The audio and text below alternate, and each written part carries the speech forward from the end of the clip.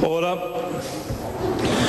At the break we were debating the Securities Trustees and Statutory Supervisors Bill, and Pesitar Sam Loto Iinga was speaking, and he has 9 minutes remaining if he so chooses. Thank you, Mr. Speaker. I call Pesitar Sam Loto Iinga. Mr. Speaker, continuing on with my speech on the Securities Trustees and Statutory Supervisors Bill. As I stated before the break, I do support this bill. The bill does incorporate corporate trustees and statutory supervisors which supervise certain financial investments to be licensed. And Mr. Speaker, it does allow the Securities Commission to oversee how trustees and statutory supervisors act in situations where investors' interest may be at risk. And this is particularly pertinent given the number of financial company collapses that we've seen in the last few years, Mr. Speaker. And what does the bill do? Well, the bill does primarily three things. First, it will require trustees and statutory supervisors to be capable. Secondly, Mr. Speaker, it will require them to perform their functions effectively. And thirdly, and last but not least, Mr. Speaker, it enables the Securities Commission as the regulatory body to hold them accountable for any failure to act according to the expected standards. Now, the new regime applies to trustees of debt securities, unit trustees, statutory supervisors of certain collective investment schemes and retirement villages. The reason, of course, retirement villages are included in this regime is the recognition that they play a similar role to the trustees of other investment products in monitoring the financial position of retirement villages. Now, the new licensing regime, Mr. Speaker, will help ensure that trustees and statutory supervisors are competent, and the regime will fundamentally improve trustees' performance. The Securities Commission, of course, will administer the new regime and grant licences to applicants, and also they will receive mandatory reports from these licensed trustees and statutory supervisors.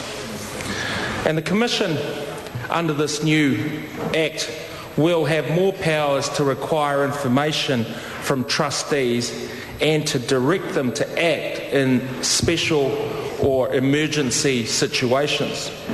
The Commission will be able to seek pecuniary penalties and compensation orders where the trustees and statutory supervisors have breached their obligations under the statute.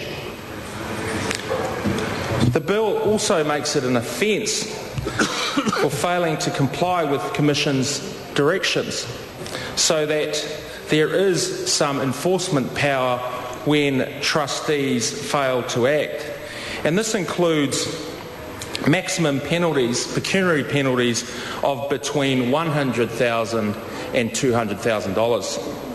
So it's an offence, Mr. Speaker, for a person to act as a trustee, statutory supervisor or unit trustee without an appropriate licence, and for a person to represent that the person holds a licence that covers a security without holding such a licence. The penalties for such an offence will be a pecuniary amount not exceeding $300,000. So, Mr. Speaker, the bill does set out what the Securities Commission has to take into account in deciding whether to issue or vary a licence under the regime. And some of the factors include, and the Minister's already raised some of these, the experience, skills and qualifications of the applicant, and in particular what the Commission will be looking for are the skills of the directors and senior managers of a trustee organisation. Secondly, it will be the financial resources available to the applicant, as well as other resources that may be non-financial, which are available to that applicant. That's particularly important to see the type of credibility, the type of support, and the type of resources that will support the trustees during its during its operations and business. Mr. Speaker, the Commission's new powers to oversee how trustees and statutory supervisors act in certain situations is one of the fundamental changes in this bill. And the fact that the bill gives the Commission the power to monitor the actions of trustees and the execution of those powers should provide an added level of protection for investors. And this is one of the fundamental changes. It's particularly important because it should allow the Commission to direct trustees or directly intervene if that trustee is not taking adequate steps or urgent action as is required. Mr. Speaker, those are the basic tenets of the bill. I support this bill and look forward to the Select Committee where we will be discussing the particular provisions of this bill. Thank you. Mr. Speaker.